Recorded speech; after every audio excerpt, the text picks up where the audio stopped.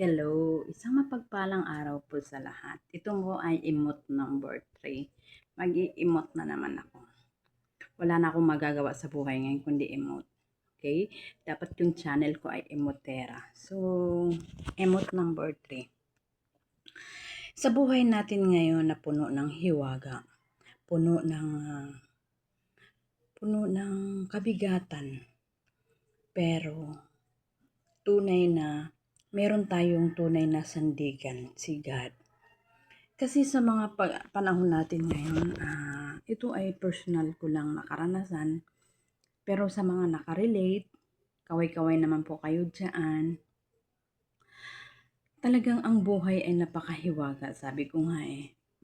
Napakahiwaga dahil kung hindi natin malalaman kung ano yung purpose at reason ni God, kung bakit tayo nandito sa mundong ito ay hindi po natin mauunawaan. Para sa akin, ito po ay mga talagang pagsubok na sometime na dumarating po sa buhay natin na yung nasasagad ka na. Nasasagad na yung pasensya mo. Dito sa mga pagsubok na ito, sa mga trials na pinagdadaanan natin, ay meron lamang tinuturo si God sa atin. Sa akin, back to 2010, noong kinausap po ako ni God na sa bawat pagsubok na pinagdadaanan ko, meron po siyang dakilang layunin at purpose kung bakit nais lamang niya ako maging matibay. Ngayon, 2026, so ibig sabihin 16 years nang lumipas. Di ba tayo napapansin natin na ang bawat pagsubok na pinagdadaanan paulit-ulit lamang. Paulit-ulit tayo nasasaktan, paulit-ulit tayo na dumaan sa matinding pagsubok. Bakit ito paulit-ulit? Dahil ito ay hindi natin nalalampasan, kaya ulit-ulit na naman. Patuloy tayong nasasaktan. Sometimes mga anak din natin ang ginagamit para tayo ay masasaktan. Sometimes mga mahal natin sa buhay na nakapaikot sa atin, yung mga tao na nananakit sa atin. Sometimes ginagamit ng kaaway na tayo ay i-down. Ginagamit ng kaaway para tayo ay isasagad talaga sa matinding pagsubok. Pero tunay na napakabuti po ni God kasi kailangan po natin na lumaban, di ba? Kailangan nating lumaban. Sa pamagitan din ng pagsubok ay doon din natin nararanasan yung kapayapaan na mula kay God. Doon din sa pagsubok na ito ay doon din natin nararanasan na kung paano tayo kamahal ni God. Sa bawat pagsubok ng buhay natin, dito din natin nararanasan kung paano tayo yayakapin ni God. Sa bawat pagsubok ay dito din tayo patuloy na kung tayo ay kumakapit kay God, dito din po tayo lalong tumitibay yung ating mga pananampalataya kay God. Kailangan lang natin sa time ng mga pagsubok, andyan tayo manatiling matatag. Sa akin, kahit ako ay sagad na talaga, pero ay nakikita pa rin nila sa akin na andoon yung kagalakan kasi kailangan nating i-choice talaga na maging masaya. Ang dami mo nang ang problemang pinagdadaanan. Ang dami mo nang ang pagsubok na pinagdadaanan tapos andyan pa rin yung kalungkutan sa buhay mo. Nakikita yung kalungkutan sa buhay ni ano pa ang meron ka. Kailangan the time na bagamat marami tayong mga pagsubok sa buhay, andaan pa rin na manatili tayong matatag. Kapit lang kay God. Ako, sa mga pinagdadaanan ko, talagang tayo naman dito sa mundong ito ay pansamantala lamang. Pansamantala tayong nakakaranas ng mga iba't ibang pagsubok. Dumaranas tayo ng iba't ibang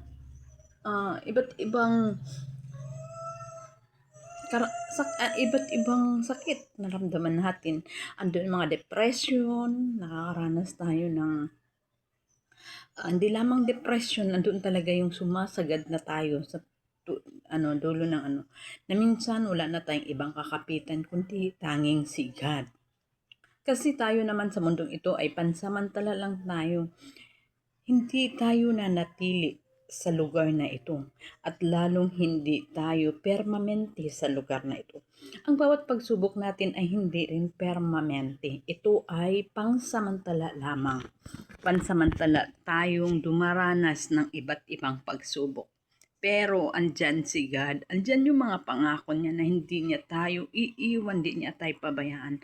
Glory to God kasi mayroon tayong Panginoon na patuloy na gumagabay po mapatnubay sa atin. Sa mga bawat isa din na katulad ko na isang single mother at tunay na wala po tayong ibang kakapitan kundi si God lang kasi hindi tayo pwedeng umasa sa anak. Di tayo pwedeng umasa sa kapatid, di tayo dapat umasa sa mga taong nakapaligid sa iyo. Kailangan mo lang talagang ikaw ay tumatayo sa sarili mong paa. Kailangan mong manindigan ng sarili mo. Kailangan mong maging matapang na harapin ang bawat pagsubok na may pananampalataya kasama si God. Kasi sabi nga sa banal na kasulatan na bawat pagsubok ay isang blessing. Ibig sabihin na ang bawat pagsubok ay inalaw ni God yan dahil may purpose at layunin siya kung bakit natin yan nararanasan.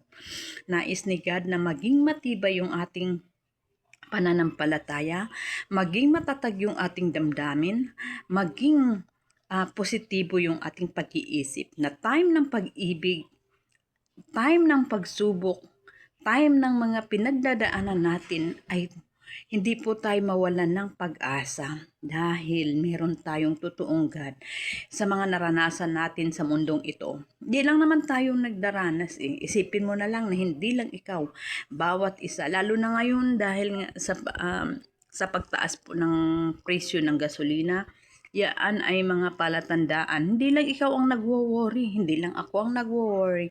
Pero bakit ka ta magwo-worry? Meron tayong God. At hindi rin tutunay din na napakabuti ni God kapag tayo ay nananampalataya kay God. Hindi niya tayo iiwan, hindi niya tayo pababayaan. Napapansin niyo ba na walang pagsubok na hindi na panagumpayan natin? Tingnan natin di ba?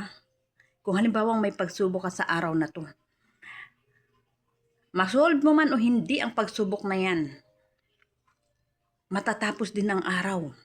Bagamat pagising mo ay pagsubok pa rin, pero natutulog ka, nagkaroon ka ng ng parang nare-relax ka.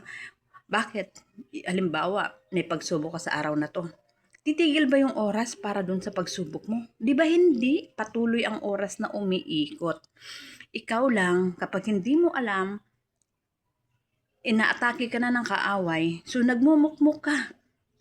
Nagbubuisit ka. Hindi yan tama. Tapos nakasimangot ka, hindi rin tama. O diba ako, kahit may pagsubok, andyan pa rin nakapag-smile kasi alam ko na hindi ako pababayaan ni God sa bawat pagsubok na pinagdadaanan ko dahil alam ko na mahal ako ni God. Kapag tayo, mahal natin yung mga anak natin, tinutuwid natin siya. Ganon din si Lord. Kapag tayo ay nagkulang na, talagang napapalo na tayo. Kaya bawat isa, nawa ay meron po kayong natutunan. Kung may mga pagsubok tayo sa buhay natin, laban lang. Wala pong imposible kay God. Kaya thank you. God bless you.